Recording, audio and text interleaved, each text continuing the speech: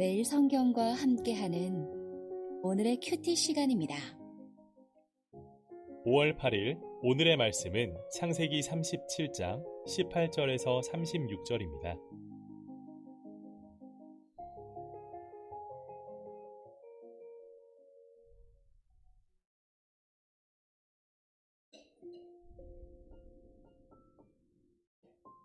요셉이 그들에게 가까이 오기 전에 그들이 요셉을 멀리서 보고 죽이기를 꾀하여 서로 이르되 꿈꾸는 자가 오는도다.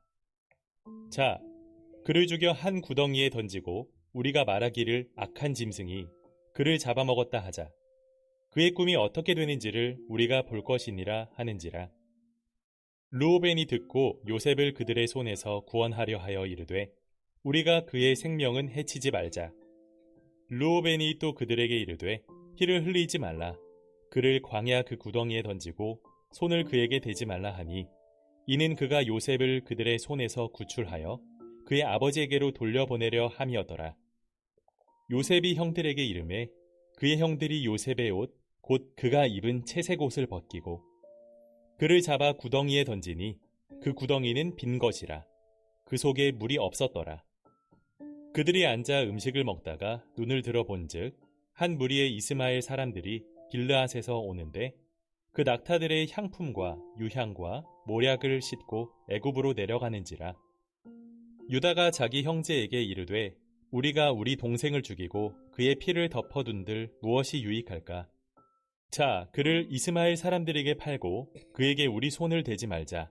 그는 우리의 동생이요 우리의 혈육이니라 하매 그의 형제들이 청종하였더라. 그때 미디안 사람 상인들이 지나가고 있는지라 형들이 요셉을 구덩이에서 끌어올리고 은 20에 그를 이스마엘 사람들에게 팔매 그 상인들이 요셉을 데리고 애굽으로 갔더라. 르우벤이 돌아와 구덩이에 이르러 본즉 거기 요셉이 없는지라. 옷을 찢고 아우들에게로 되돌아와서 이르되 아이가 없도다. 나는 어디로 갈까? 그들이 요셉의 옷을 가져다가 수렴소를 죽여 그 옷을 삐에 적시고 그의 채색 옷을 보내어 그의 아버지에게로 가지고 가서 이르기를 우리가 이것을 발견하였으니 아버지 아들의 옷인가 보소서 하매 아버지가 그것을 알아보고 이르되 내 아들의 옷이라 악한 짐승이 그를 잡아먹었도다. 요셉이 분명히 찢겼도다 하고 자기 옷을 찢고 굵은 배로 허리를 묶고 오래도록 그의 아들을 위하여 애통하니 그의 모든 자녀가 위로하되 그가 그 위로를 받지 아니하여 이르되 내가 슬퍼하며 스올로 내려가 아들에게로 가리라 하고 그의 아버지가 그를 위하여 울었더라. 그 미디안 사람들은 그를 애굽에서 바로의 신하 친위대장 보디발에게 팔았더라. 아멘. 꿈이 어떻게 되나 보자 라는 제목으로 말씀 나누겠습니다.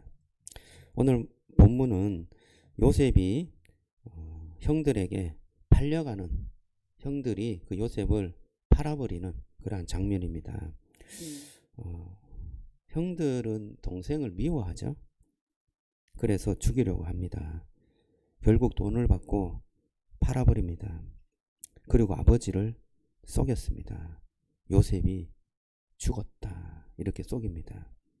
이 끔찍한 장면 속에서도 하나님께서는 일하시고 계심을 보여주고 있습니다. 오늘 말씀을 통해서 하나님이 어떻게 일하시는지 살펴보겠습니다. 요셉이 멀리서 오는 것을 보고 형들이 이렇게 말했습니다. 우리 동생이 오는구나 이렇게 말하지 않았습니다. 어떻게 말했어요? 꿈꾸는 자가 오는도다 이렇게 말했습니다. 요셉은 더 이상 그 형들에게 동생이 아니었습니다. 자신들을 불편하게 하는 꿈의 사람이었습니다. 형들이 말합니다. 그를 죽여서 큰 구덩이에 던지고 그의 꿈이 어떻게 되는지 보자 이렇게 말했습니다. 오늘 제목이죠. 꿈이 어떻게 되는지 보자 이렇게 말했습니다. 이것은 단순히 분노가 아니었습니다. 사실은 하나님에 대한 도전이죠. 요셉의 꿈은 요셉이 만들어낸 게 아니었습니다. 자기의 야망이 아니었습니다. 하나님께서 주신 계시였죠. 그러나 형들은 요셉을 제거하면 그 모든 것도 요셉의 꿈도 다 끝날 것이다. 이렇게 생각했습니다. 이것은 무엇에 대한 어떤 생각이었죠? 그들은 요셉을 시기했습니다. 사랑을 독차지했다는 것에 시기가 그 형들에게 다 있었던 것입니다. 우리도 혹시 이런 때가 있지 않습니까? 누군가가 잘 되면 불편하고, 누군가가 사랑을 받으면 내가 소외되는 것 같고, 누군가가 인정을 받으면 내 가치가 줄어드는 것 같은 그러한 생각이 듭니다. 이것은 우리가 그 사람에 대해서 미워한다라는 것보다도 그 사람을 통해서 드러나는 내 결핍, 내가 인정받지 못하고 내가 사랑받지 못한다는 내 결핍을 드러내는 것이다 라고 볼 수 있습니다. 저와 여러분들이 하나님의 사랑, 그 은혜로 여러분의 마음과 삶을 채워가시기를 주님의 이름으로 축복합니다. 형들의 죄는 시기심에서 시작되었습니다. 시기심은 저 사람이 가진 것을 나도 갖고 싶다, 그 정도가 아니었습니다. 시기심은 내가 갖지 못하면 저 사람도 갖지 못해야 한다, 이런 마음으로 발전하는 것입니다. 그래서 상대방을 나쁘게 혹은 해코지하거나 다른 것으로 이렇게 방향을 틀도록 자꾸 뭔가를 내 마음에서 움직이는 것입니다. 형들은 요셉을 죽이려고 했어요. 그런데 그 요셉을 죽이는 것보다 요셉의 꿈을 죽이려고 했습니다. 오늘 등장하는 두 형이 있는데 르우벤이 등장합니다. 요셉을 죽이지 말자, 그렇게 말합니다. 구덩이에 던지자. 그리고 나중에 르우벤은 이 요셉을 건져주려고 했어요. 그리고 아버지에게 데리고 가려고 했습니다. 그런데 그 뜻을 이루지 못하죠. 이 형들, 이 다른 어떤 그 동생들의 죄를 막지는 못합니다. 그리고 채색옷을 빼앗죠. 채색옷을 빼앗고 구덩이에 던져버립니다. 이 채색옷을 왜 빼앗았을까요? 채색옷은 아버지의 사랑을 상징하죠. 그래서 형들은 그 옷을 벗겨버리면 너는 사랑받는 아들이 아니다, 이렇게 좀 이렇게 말하고 싶은 그 모습을 드러내는 것입니다. 그러나 여러분, 옷을 벗긴다고 하나님의 사랑이 벗겨지는 것이 아닌 줄로 믿습니다. 사람이 구덩이에 던져진다고 하나님의 약속이 끝나버리는 것이 아닌 줄로 믿습니다. 우리는 여기에서 예수님을 보아야 합니다. 예수님도 사랑받는 아들이었고, 세례를 받을 때, 예수님의 세례를 받을 때 하늘에서 하나님의 음성이 들렸습니다. 이는 내 사랑하는 아들이요 내 기뻐하는 자라, 하늘에서 말씀하셨습니다. 그러나 그 사랑받는 아들이 자기 백성에게는 거절당했습니다. 옷도 빼앗겼습니다. 십자가에서 옷을 다 빼앗아서 갈기갈기 찢어서 나누어 가셨죠. 그리고 조롱을 당했습니다. 십자가에 달렸습니다. 요셉은 구덩이로 내려갔지만 예수님은 십자가로 내려갔고 또 장사진에서 땅 밑 무덤 속으로 내려가 버렸습니다. 요셉은 형들에게 은 20에 팔렸습니다. 그런데 예수님은 은 30에 팔렸습니다. 요셉은 배반당해갖고 애굽으로 내려갔지만 예수님은 배신당해서 십자가로 가셨습니다. 근데 여러분, 그렇게 배신당해서 버려졌지만 그 버림으로 인하여서 하나님께서 그 길을 통해 구원을 이루셨다는 것을 기억하시기 바랍니다. 요셉을 통해서도 구원을 이루고 예수님을 통해서 온 인류가 구원받는 그런 구원의 길이 열린 것입니다. 형들은 요셉의 옷에 숫염소의 피를 묻혀갖고 야곱에게 보냅니다. 이렇게 말해요. 이것이 아버지의 아들의 옷인지 보소서라고 말합니다. 동생이라고 말도 안 해요. 아버지의 아들.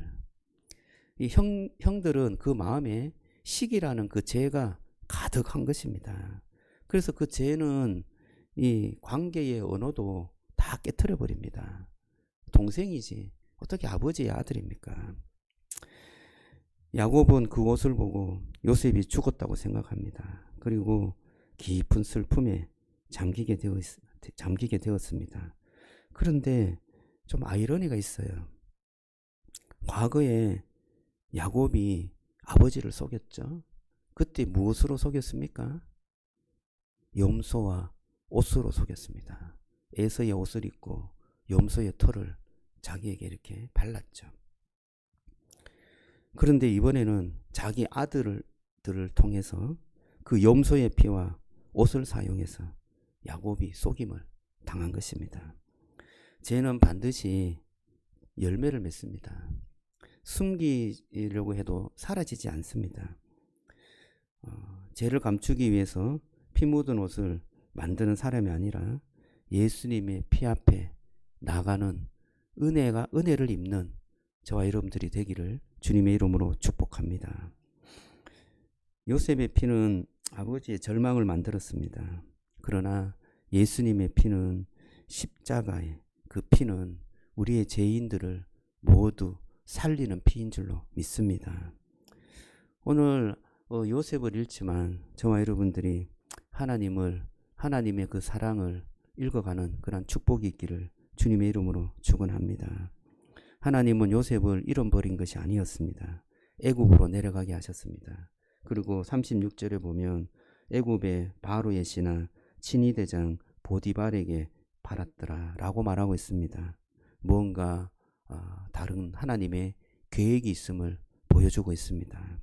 하나님께서는 악을 선으로 바꾸셨습니다.